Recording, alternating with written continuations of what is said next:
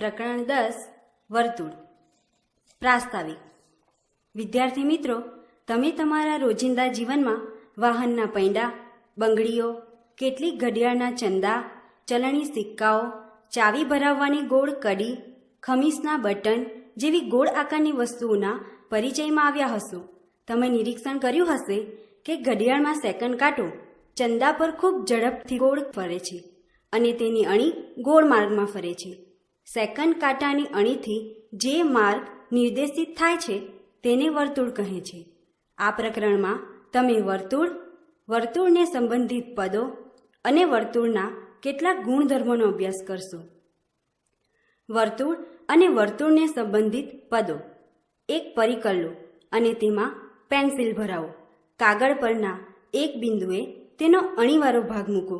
બીજા છેડાને થોડાક અંતર સુધી ખુલ્લો કરો। અણીવાળા છેડાને તે જ બિંદુએ રહેવા દઈ બીજા છેડાને એક પૂર્ણ પરિભ્રમણ કરાવો। કાગળ ઉપર પેન્સિલથી કેવી બંધ આકૃતિ દોરાઈ? તમે જાણો છો કે તે વર્તુળ છે। આપણને વર્તુળ કેવી રીતે મળ્યું? આપણે એક બિંદુ નિશ્ચિત કર્યું અને એથી એક નિશ્ચિત અંતરે આવેલા બધા બિંદુઓ મેળવ્યા। આ માહિતી પરથી આપણને વર્તુળની વ્યાખ્યા મળે છે, જે આ મુજબ છે। સમતલના એક નિશ્ચિત બિંદુથી નિશ્ચિત અંતરે આવેલા તે સમતલના બિંદુઓના સમૂહને વર્તુળ કહે છે। નિશ્ચિત બિંદુને વર્તુળનું કેન્દ્ર એટલે કે સેન્ટર અને નિશ્ચિત અંતરને વર્તુળની ત્રિજ્યા એટલે કે રેડિયસ કહે છે। આકૃતિમાં O કેન્દ્ર છે અને OPની લંબાઈને તે વર્તુળની ત્રિજ્યા કહે છે। નોંધ: આપણે નોંધીશું કે કેન્દ્ર અને વર્તુળના કોઈપણ બિંદુને જોડતા રેખાખંડને પણ વર્તુળની ત્રિજ્યા કહેવાય। એટલે કે ત્રિજ્યા શબ્દનો બે અર્થમાં ઉપયોગ કરીશું, રેખાખંડ તરીકે અને તેની લંબાઈ તરીકે પણ। તમે વર્તુળની કેટલીક સંકલ્પનાઓ વિશે અગાઉથી પરિચિત છો। ચાલો મિત્રો, તેમને માત્ર યાદ કરીએ। વર્તુળ જે સમતલમાં આવેલું છે તેને 3 ભાગમાં વિભાજિત કરે છે। 1.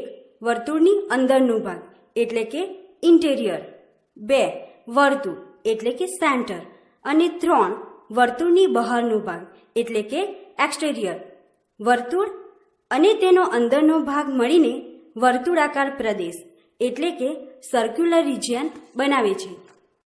જો વર્તુળ પર બે બિંદુઓ P અને Q લો તો રેખાખંડ PQને વર્તુળની જીવા એટલે કે કોડ કહે છે। જે જીવા વર્તુળના કેન્દ્રમાંથી પસાર થાય છે તે જીવાને વર્તુળનો વ્યાસ એટલે કે ડાયામીટર કહે છે। ત્રિજ્યાની માફક વ્યાસ શબ્દનો પણ બે અર્થમાં ઉપયોગ થાય છે, રેખાખંડ તરીકે અને તેની લંબાઈ માટે। શું તમે વર્તુળના વ્યાસ કરતાં મોટી બીજી કોઈ જીવા શોધી શકશો? ના। તમે જોઈ શકશો કે વ્યાસ એ વર્તુળની મોટામાં મોટી જીવા છે અને બધા વ્યાસની લંબાઈ સરખી હોય છે। તે ત્રિજ્યા કરતાં બમણી હોય છે। આકૃતિમાં AOB એ વર્તુળનો વ્યાસ છે। વિદ્યાર્થી મિત્રો, વર્તુળ પરના બે બિંદુઓ વચ્ચેના વર્તુળના ભાગને વર્તુળનું ચાપ એટલે કે આર્ક કહે છે। આકૃતિમાં બિંદુઓ P અને Q વચ્ચેના વર્તુળની ભાગની તરફ જુઓ। તમને ત્યાં બે ભાગ મળશે, એક મોટો અને બીજો નાનો। વર્તુળના મોટા ભાગને ગુરુચાપ એટલે કે મેજોર આર્ક PQ અને નાના ભાગને લઘુચાપ એટલે કે માઇનોર આર્ક PQ કહે છે। લઘુચાપ PQને માઇનોર આર્ક PQ વડે અને જો R એ P તથા Q વચ્ચેનું ગુરુચાપનું કોઈ બિંદુ હોય તો ગુરુચાપ PQને મેજોર આર્ક PRQ વડે દર્શાવાય છે। જો કાંઈ પણ દર્શાવવામાં ન આવ્યું હોય તો ચાપ PQ અથવા આર્ક PQને લઘુચાપ PQ સમજીશું। જ્યારે P અને Q એ વ્યાસના અંત્યબિંદુઓ હોય ત્યારે બંને ચાપ સમાન છે અને તેમને અર્ધવર્તુળ એટલે કે સેમી સર્કલ કહે છે। વિદ્યાર્થી મિત્રો, વર્તુળની પૂર્ણ લંબાઈને પરિઘ એટલે કે સરકમ્ફરન્સ કહે છે। જીવા અને તેના બંનેમાંથી કોઈ પણ ચાપ વચ્ચેના પ્રદેશને વર્તુળાકાર પ્રદેશનો વૃત્તખંડ એટલે કે સેગમેન્ટ અથવા સરળ રીતે વર્તુળનો વૃત્તખંડ કહે છે. તમે બે પ્રકારના વૃત્તખંડ પણ શોધી શકશો. તે ગુરુ વૃત્તખંડ એટલે કે મેજર સેગમેન્ટ અને લઘુ વૃત્તખંડ એટલે કે માઇનોર સેગમેન્ટ છે. ચાપ અને વર્તુળના કેન્દ્રથી ચાપના બંને અંત્યબિંદુઓને જોડતી બે ત્રિજ્યાઓ વચ્ચેના વર્તુળાકાર પ્રદેશના ભાગને વૃત્તાંશ એટલે કે સેક્ટર કહે છે. વૃત્તખંડની માફક તમે લઘુચાપને સંગત લઘુ વૃત્તાંશ અને ગુરુચાપને સંગત ગુરુ વૃત્તાંશ શોધી શકશો. આકૃતિમાં પ્રદેશ OPQA લઘુ વૃત્તાંશ અને વૃત્તીય પ્રદેશનો બાકીનો ભાગ ગુરુ વૃત્તાંશ છે. જ્યારે બંને ચાપ સમાન હોય એટલે કે પ્રત્યેક અર્ધવર્તુળ હોય ત્યારે બંને વૃત્તખંડ અને બંને વૃત્તાંશ સમાન હોય છે તથા પ્રત્યેકને અર્ધવૃત્તીય પ્રદેશ એટલે કે સેમી સર્ક્યુલર રિજિયન કહે છે. જીવાએ કોઈ બિંદુએ આંતરેલો ખૂણો. વિદ્યાર્થી મિત્રો, એક રેખાખંડ PQ લો અને PQને સમાવતી રેખા પર ન હોય તેવું બિંદુ R લો. PR અને QR જોડો. ખૂણો PRQ ને રેખાખંડ PQ એ બિંદુ R આગળ આંતરેલો ખૂણો એટલે કે એંગલ સબટેન્ડેડ એટ R કહે છે. આકૃતિના ખૂણાઓ POQ, PRQ અને PSQ ને શું કહેવાય? ખૂણો POQ એ જીવા PQ કેન્દ્ર O આગળ આંતરેલો ખૂણો છે. ખૂણો PRQ અને ખૂણો PSQ એ જીવા PQ એ અનુક્રમે ગુરુચાપ પર આવેલા બિંદુ R અને લઘુચાપ પર આવેલા બિંદુ S આગળ આંતરેલા ખૂણા છે. વિદ્યાર્થી મિત્રો, આપણે જીવાના માપ અને તેણે કેન્દ્ર આગળ આંતરેલા ખૂણા વચ્ચેના સંબંધનું પરીક્ષણ કરીએ. વર્તુળની જુદી જુદી જીવાઓ અને તેમને કેન્દ્ર આગળ આંતરેલા ખૂણા દોરી તમે જોઈ શકશો કે જેટલી લાંબી જીવા હોય તેટલો મોટો ખૂણો કેન્દ્ર આગળ બને. તમે વર્તુળની બે સમાન જીવાઓ લો તો શું થશે? કેન્દ્ર આગળ તેમણે આંતરેલા ખૂણા સમાન હશે કે નહીં? વર્તુળની બે કે તેથી વધુ સમાન જીવાઓ દોરી તેમણે વર્તુળના કેન્દ્ર આગળ આંતરેલા ખૂણાના માપ મેળવો. તમે જોઈ શકશો કે કેન્દ્ર આગળ તેમણે આંતરેલા ખૂણા સમાન છે. આપણે આ હકીકતની સાબિતી આપીએ. પ્રમેય 1. વર્તુળની સમાન જીવાઓ વર્તુળના કેન્દ્ર આગળ સમાન ખૂણા આંતરે છે. વિદ્યાર્થી મિત્રો, ચાલો આપણે આ પ્રમેયની સાબિતી મેળવીએ. સાબિતી: O કેન્દ્રવાળા વર્તુળમાં તમને બે સમાન જીવાઓ AB અને CD આપેલી છે. તમારે ખૂણો AOB બરાબર ખૂણો COD સાબિત કરવાનું છે. ત્રિકોણો AOB અને CODમાં OA બરાબર OC જે એક જ વર્તુળની ત્રિજ્યાઓ છે. OB બરાબર OD જે એક જ વર્તુળની ત્રિજ્યાઓ છે. AB બરાબર CD આપેલું છે એટલે કે આપણને સમાન જીવાઓ AB અને CD આપેલી છે. માટે ત્રિકોણ AOB એકરૂપ ત્રિકોણ COD એકરૂપતાની બાબાબા શરત છે. તે પરથી ખૂણો AOB બરાબર ખૂણો COD મળે કારણ કે એકરૂપ ત્રિકોણોના અનુરૂપ અંગો હોવાથી. હવે જો વર્તુળની બે જીવાઓ કેન્દ્ર આગળ સમાન ખૂણા આંતરે તો જીવાઓ વિશે તમે શું કહેશો? તેઓ સમાન છે કે નહીં? આપણે આગળની પ્રવૃત્તિ દ્વારા તેનું પરીક્ષણ કરીએ. એક કાગળ લઈ તેના પર વર્તુળ દોરો. વર્તુળ કાપો જેથી તકતી જેવો આકાર મળે. બિંદુઓ A અને B વર્તુળ પર હોય તેવી રીતે કેન્દ્ર O આગળ એક ખૂણો AOB દોરો. કેન્દ્ર આગળ બીજો ખૂણો POQ ખૂણો AOBના માપનો દોરો. તકતીને AB આગળ અને PQ આગળ કાપો. તમને વર્તુળના બે વૃત્તખંડ ACB અને PRQ મળશે. એકને બીજા પર ગોઠવો. તમે શું નિરીક્ષણ કર્યું? તેઓ એકબીજાને આચ્છાદિત કરે છે, એટલે કે તેઓ એકરૂપ છે. આથી AB બરાબર PQ. જે તમે આ એક વિશિષ્ટ વિકલ્પ માટે જોયું તે બીજા સમાન ખૂણાઓ માટે પણ ચકાસો. બધી જ જીવાઓ સમાન મળશે તે નીચેના પ્રમેય દ્વારા જોઈએ. પ્રમેય 2. જો જીવાઓ વર્તુળના કેન્દ્ર આગળ સમાન ખૂણા આતરે તો તે જીવાઓ સમાન છે. ઉપરનું પ્રમેય એ પ્રમેય 1નું પ્રતીપ છે. જો આકૃતિમાં તમે ખૂણો AOB બરાબર ખૂણો COD લેશો તો ત્રિકોણ AOB એકરૂપ ત્રિકોણ COD થશે. શા માટે? તમે AB બરાબર CD જોઈ શકો છો. કેન્દ્રમાંથી જીવા પર દોરેલો લંબ. વિદ્યાર્થી મિત્રો, ચાલો એક પ્રવૃત્તિ દ્વારા સમજ મેળવીએ. પ્રવૃત્તિ: એક કાગળ ઉપર વર્તુળ દોરો. તેનું કેન્દ્ર O લો. જીવા AB દોરો. હવે કાગળને O માંથી પસાર થતી રેખા આગળ એવી રીતે ઘડી વાળો કે જેથી જીવાનો એક ભાગ એ બીજા ભાગ પર પડે. ધારો કે ગડી AB ને M બિંદુમાં કાપે. આમ ખૂણો OMA બરાબર ખૂણો OMB બરાબર 90°. અથવા OM એ AB પરનું લંબ છે. શું બિંદુ B એ એની બરાબર ઉપર આવે છે? હા, તે આવે છે. આથી MA બરાબર MB. પ્રમેય 3. વર્તુળના કેન્દ્રમાંથી જીવા પર દોરેલો લંબ જીવાને દુભાગે છે. આ પ્રમેયનું પ્રતીપ શું થશે? આ લખતા પહેલા આપણે સ્પષ્ટ થઈએ કે પ્રમેયમાં શું આપ્યું છે અને શું સાબિત થાય છે. વર્તુળના કેન્દ્રમાંથી જીવા પર લંબ દોરેલો છે તેમ આપ્યું છે અને તે જીવાને દુભાગે છે તેમ સાબિત કરવાનું છે. આ પ્રમાણે પ્રતીપમાં સિદ્ધાંત છે: જો વર્તુળના કેન્દ્રમાંથી દોરેલી રેખા જીવાને દુભાગે અને સાબિત કરવું છે રેખા જીવાને લંબ છે. આથી તેનું પ્રતીપ. પ્રમેય 4.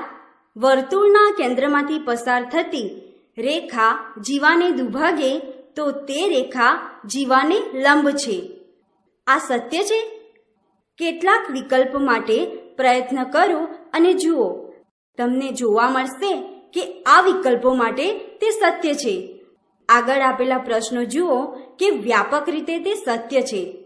ધારો કે AB એ O કેન્દ્રવાળા વર્તુળની જીવા છે અને O ને મધ્યબિંદુ M સાથે જોડેલું છે. તમારે સાબિત કરવાનું છે કે OM લંબ AB. OA અને OB જોડો. ત્રિકોણો OAM અને OBM માં OA બરાબર OB. કેમ? કારણ કે OA અને OB વર્તુળની ત્રિજ્યાઓ છે. AM બરાબર BM. કેમ? કારણ કે AM બરાબર BM આપેલ છે. OM બરાબર OM સામાન્ય, એટલે કે OM એ સામાન્ય રેખાખંડ છે. માટે ત્રિકોણ OAM એકરૂપ ત્રિકોણ OBM. શા માટે? કારણ કે ત્રિકોણ OAM અને ત્રિકોણ OBM એકરૂપ છે. તે પરથી ખૂણો OMA બરાબર ખૂણો OMB બરાબર 90°. કેમ? કારણ કે ખૂણો OMA અને ખૂણો OMB રેખિક જોડના ખૂણાઓ છે. એટલે કે ખૂણો OMA વત્તા ખૂણો OMB બરાબર 180° અને ખૂણો OMA બરાબર ખૂણો OMB હોવાથી ખૂણો OMA બરાબર ખૂણો OMB બરાબર 90°. 3 બિંદુઓમાંથી વર્તુળ.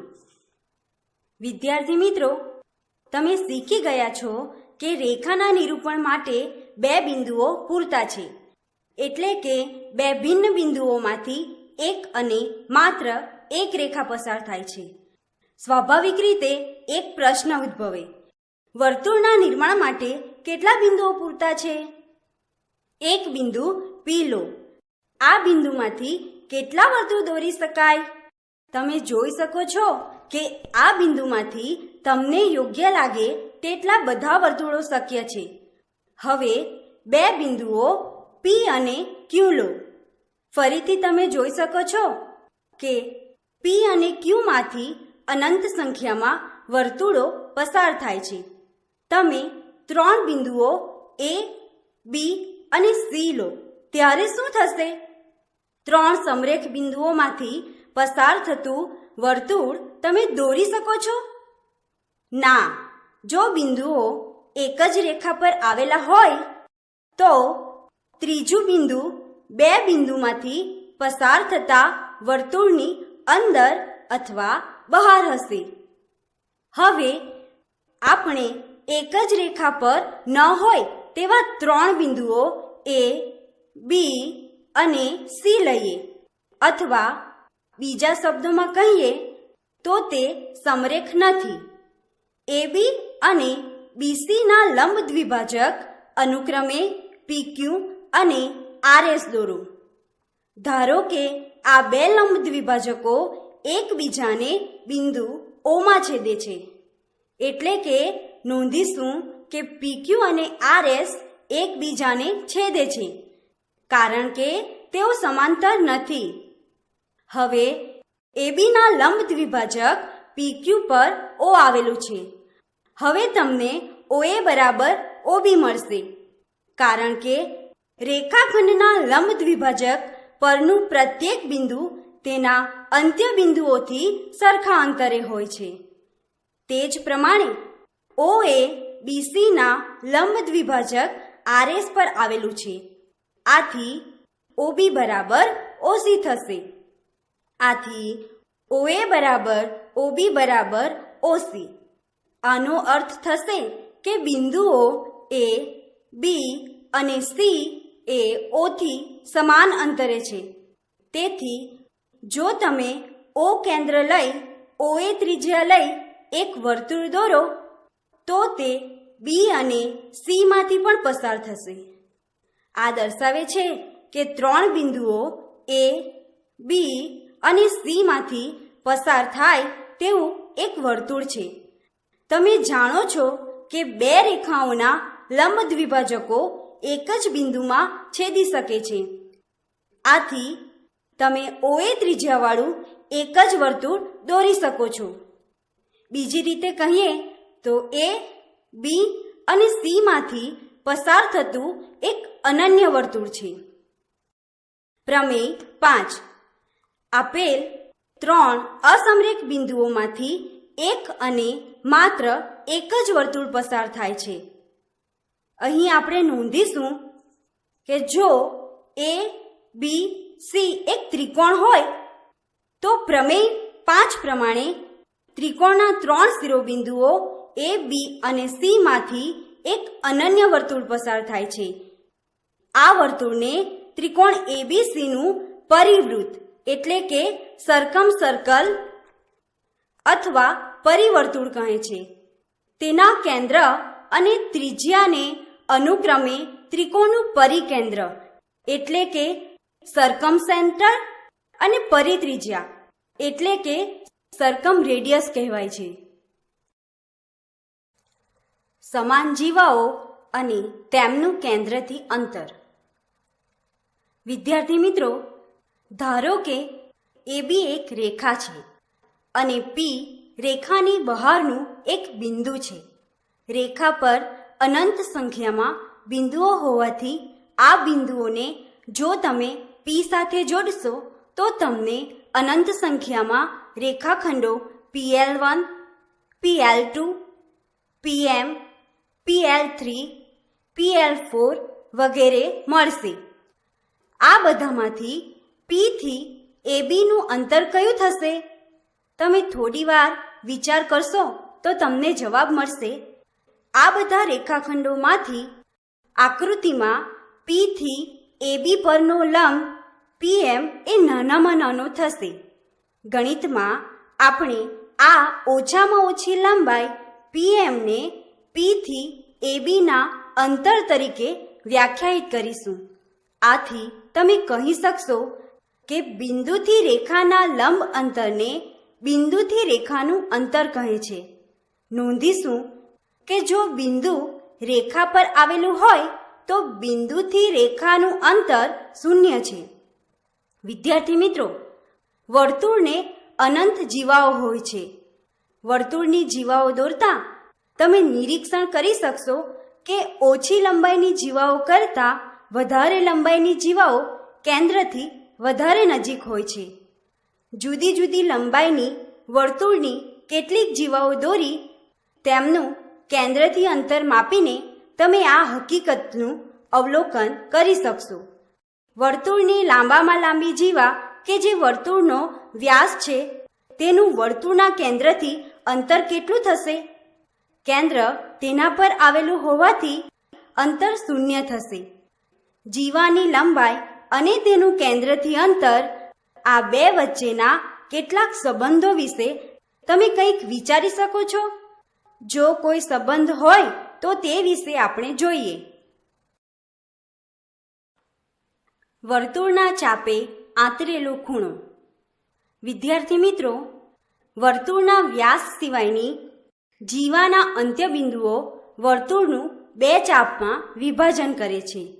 એક ગુરુચાપ અને બીજું લઘુચાપ. જો તમે 2 સમાન જીવાઓ લો તો તેમને સંગત ચાપના માપ વિશે શું કહેશો? શું એક જીવાથી બનેલું ચાપ બીજી જીવાને અનુરૂપ બનેલા ચાપને સમાન હોય છે? હકીકતમાં તેઓની લંબાઈ સમાન છે. જો એક ચાપને વાળ્યા અથવા વાંકું કર્યા વગર બીજા ચાપ પર મૂકવામાં આવે તો તે બીજા પર સંપૂર્ણ રીતે આચ્છાદિત થાય છે. વર્તુળમાંથી જીવા સીડીને અનુરૂપ ચાપ કાપી અને તેને સમાન બીજી જીવા એબીને અનુરૂપ ચાપ પર ગોઠવીને આ હકીકતની ચકાસણી તમે કરી શકશો. તમે જોઈ શકશો કે ચાપ સીડી એ ચાપ એબી પર સંપૂર્ણ આચ્છાદિત થાય છે. આ દર્શાવે છે કે સમાન જીવાઓ સમાન ચાપ બનાવે છે અને તેનું પ્રતીપ સમાન ચાપ વર્તુળની સમાન જીવાઓ બનાવે છે. તમે તેને નીચે પ્રમાણે રજૂ કરી શકશો. જો વર્તુળની 2 જીવા સમાન હોય તો તેમને અનુરૂપ ચાપ એકરૂપ છે અને તેનું પ્રતીપ.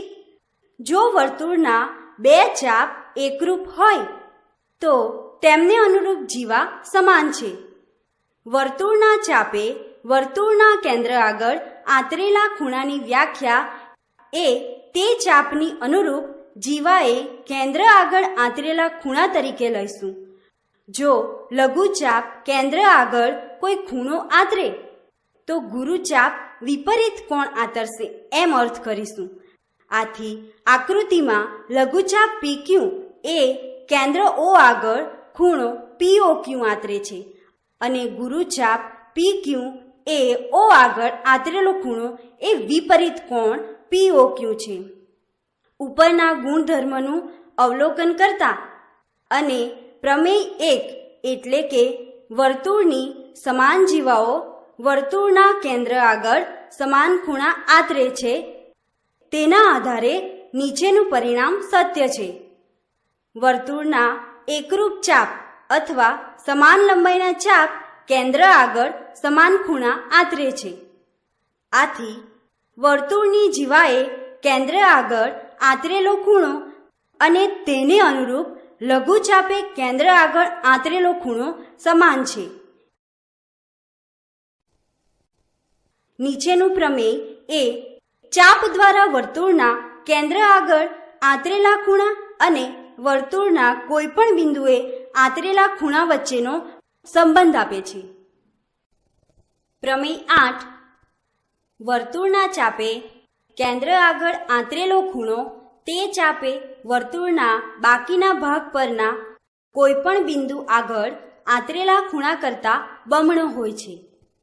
વિદ્યાર્થી મિત્રો, ચાલો આપણે આ પ્રમેયની સાબિતી મેળવીએ.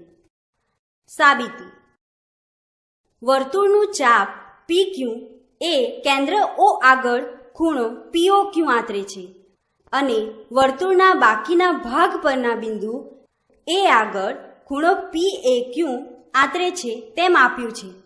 આપણે સાબિત કરવું છે કે ખૂણો POQ બરાબર 2 વખત ખૂણો PAQ.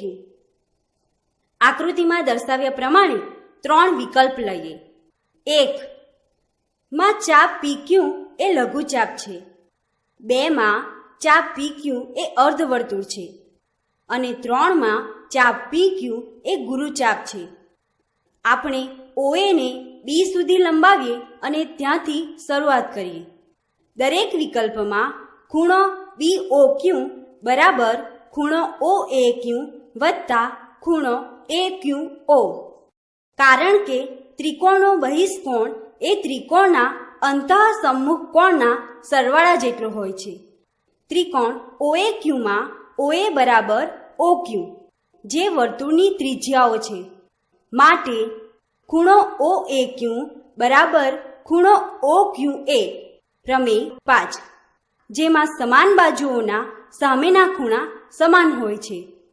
તે પરથી ખૂણો BOQ બરાબર 2 વખત ખૂણો OAQ પરિણામ નંબર 1. તે જ પ્રમાણે ખૂણો BOP બરાબર 2 વખત ખૂણો OAP પરિણામ નંબર 2. પરિણામ 1 અને 2 પરથી ખૂણો BOP વત્તા ખૂણો BOQ બરાબર 2 વખત ખૂણો OAP વત્તા ખૂણો OAQ. માટે ખૂણો POQ બરાબર 2 વખત ખૂણો PAQ પરિણામ નંબર 3.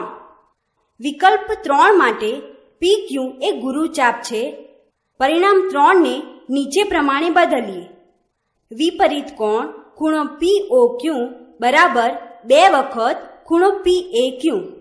નોંધ: ધારો કે આપણે ઉપરની આકૃતિમાં બિંદુઓ P અને Q ને જોડી જીવા PQ બનાવીએ તો પછી ખૂણો PAQ ને વર્તુળના ભાગ PAQP માં બનેલો ખૂણો એમ કહીશું.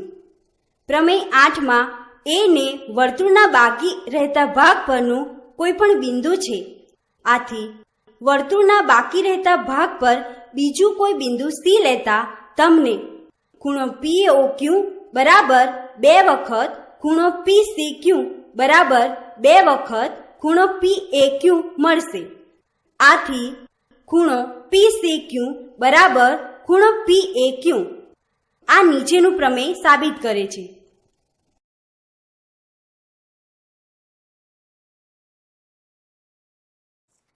પ્રમેય 9 એક જ વૃત્તખંડમાં આવેલા ખૂણાઓ સમાન હોય છે. પ્રમેય 8ના વિકલ્પ 2ની ચર્ચા પુનઃ આપણે જુદી કરીએ. અહીં ખૂણો PAQ એ અર્ધવર્તુળ વૃત્તખંડમાં એક ખૂણો છે. વળી ખૂણો PAQ બરાબર 1/2 ગુણ્યા ખૂણો POQ બરાબર 1/2 ગુણ્યા 180° બરાબર 90°. જો તમે અર્ધવર્તુળ પર બીજું કોઈ બિંદુ C લેશો તો તમને પુનઃ ખૂણો PCQ બરાબર 90° મળશે. આથી તમને વર્તુળનો એક બીજો ગુણધર્મ આ પ્રમાણે મળશે.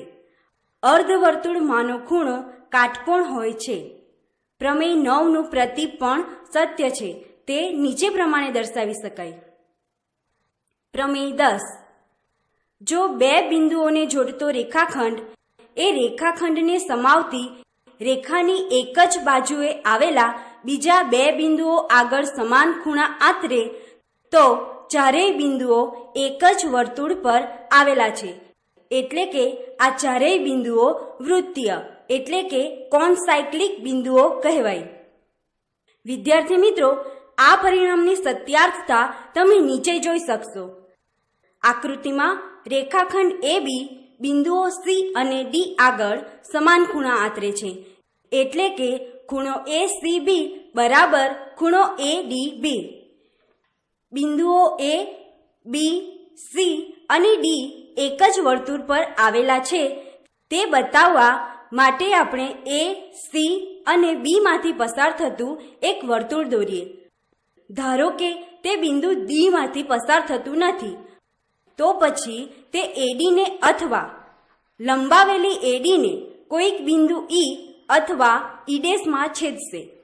જો બિંદુઓ એ, સી, ઈ અને બી વર્તુળ પર આવેલા હોય તો ખૂણો એ સી બી બરાબર ખૂણો એ ઈ બી. શા માટે? કારણ કે એક જ વૃત્તખંડમાં આવેલા ખૂણાઓ સમાન હોય છે, પરંતુ ખૂણો એ સી બી બરાબર ખૂણો એ ડી બી આપેલ છે, માટે ખૂણો એ ઈ બી બરાબર ખૂણો એ ડી બી. જો ઈ એ ડી ઉપર હોય તો જ આ બને, નહીં તો આ શક્ય નથી. શા માટે? કારણ કે જો ઈ અને ડી એક હોય તો જ આ શક્ય થશે. તે જ પ્રમાણે ઈ ડેશ પણ ડી ઉપર થશે. ચક્રીય ચતુષ્કોણ. વિદ્યાર્થી મિત્રો, ચતુષ્કોણ એબીસીડીના બધા શિરોબિંદુઓ જો એક જ વર્તુળ પર આવેલા હોય તો એબીસીડીને ચક્રીય એટલે કે સાયક્લિક ચતુષ્કોણ કહે છે. આવા ચતુષ્કોણમાં તમને એક વિશિષ્ટ ગુણધર્મ જોવા મળશે. જુદી જુદી બાજુઓવાળા કેટલાક ચક્રીય ચતુષ્કોણ દોરો અને દરેકને એબીસીડી નામ આપો. એટલે કે ભિન્ન ભિન્ન ત્રિજ્યાવાળા કેટલાક વર્તુળ દોરી અને તે દરેક પર 4 બિંદુઓ લઈ આ પ્રક્રિયા કરવાથી તે શક્ય બનશે. સામસામેના ખૂણાઓ માપો. વિદ્યાર્થી મિત્રો, માપનની ક્ષતિને અવગણતા તમે મેળવી શકશો કે ખૂણો એ વત્તા ખૂણો સી બરાબર 180 અંશ અને ખૂણો બી વત્તા ખૂણો ડી બરાબર 180 અંશ. આ પરિણામથી નીચેની ચકાસણી થાય છે. પ્રમેય 11. ચક્રીય ચતુષ્કોણના સામસામેના ખૂણાઓની જોડના પ્રત્યેક જોડના ખૂણાનો સરવાળો 180 અંશ થાય છે. હકીકતમાં આ પ્રમેયનું નીચે રજૂ કરેલ પ્રતીક પણ સત્ય છે. પ્રમેય 12. જો ચતુષ્કોણના સામસામેના ખૂણાઓની જોડના ખૂણાનો સરવાળો 180 અંશ હોય તો તે ચતુષ્કોણ ચક્રીય ચતુષ્કોણ છે. વિદ્યાર્થી મિત્રો, કેટલાક ઉદાહરણ જોઈએ. 1. આપેલ આકૃતિમાં ખૂણો એ બી સી બરાબર 69 અંશ, ખૂણો એ સી બી બરાબર 31 અંશ છે. ખૂણો બી ડી સી શોધો. ઉકેલ. ત્રિકોણ એબીસીમાં ખૂણો એ બી સી વત્તા ખૂણો એ સી બી વત્તા ખૂણો બી એ સી બરાબર 180 અંશ, માટે 69 અંશ વત્તા 31 અંશ વત્તા ખૂણો બી એ સી બરાબર 180 અંશ, માટે 100 અંશ વત્તા ખૂણો બી એ સી બરાબર 180 અંશ, માટે ખૂણો બી એ સી બરાબર 80 અંશ, માટે ખૂણો બી ડી સી બરાબર ખૂણો બી એ સી. પ્રમેય 9. એટલે કે એક જ વૃત્તખંડમાં આવેલા ખૂણાઓ સમાન હોય છે, માટે ખૂણો બી ડી સી બરાબર 80 અંશ. વિદ્યાર્થી મિત્રો, કેટલાક ઉદાહરણ જોઈએ. 2. ચક્રીય ચતુષ્કોણના એબીસીડીના વિકર્ણો ઈ બિંદુએ છેદે છે જો ખૂણો ડીબીસી બરાબર 70 અંશ, ખૂણો બીએસી બરાબર 30 અંશ, તો ખૂણો બીસીડી શોધો, અને જો એબી બરાબર બીસી તો ખૂણો ઈસીડી શોધો. ઉકેલ. ખૂણો ડીએસી બરાબર ખૂણો ડીબીસી. પ્રમેય 9. એટલે કે એક જ વૃત્તખંડમાં આવેલા ખૂણાઓ સમાન હોય છે, માટે ખૂણો ડીએસી બરાબર 70 અંશ, ખૂણો બીએડી બરાબર ખૂણો બીએસી વત્તા ખૂણો ડીએસી, માટે ખૂણો બીએડી બરાબર 30 અંશ વત્તા 70 અંશ બરાબર 100 અંશ. ચક્રીય ચતુષ્કોણ એબીસીડીમાં ખૂણો બીએડી વત્તા ખૂણો બીસીડી બરાબર 180 અંશ. પ્રમેય 11. એટલે કે ચક્રીય ચતુષ્કોણના સામસામેના ખૂણાઓની જોડના પ્રત્યેક જોડના ખૂણાનો સરવાળો 180 અંશ થાય છે, માટે 100 અંશ વત્તા ખૂણો બીસીડી બરાબર 180 અંશ, માટે ખૂણો બીસીડી બરાબર 80 અંશ. ત્રિકોણ એબીસીમાં એબી બરાબર બીસી હોય તો ખૂણો BAC બરાબર ખૂણો BCA માટે 30° બરાબર ખૂણો BCA માટે ખૂણો BCA બરાબર 30°. ખૂણો BCD બરાબર ખૂણો BCA વત્તા ખૂણો ACD માટે 80° બરાબર 30° વત્તા ખૂણો ACD માટે ખૂણો ACD બરાબર 50° માટે ખૂણો ECD બરાબર 50°.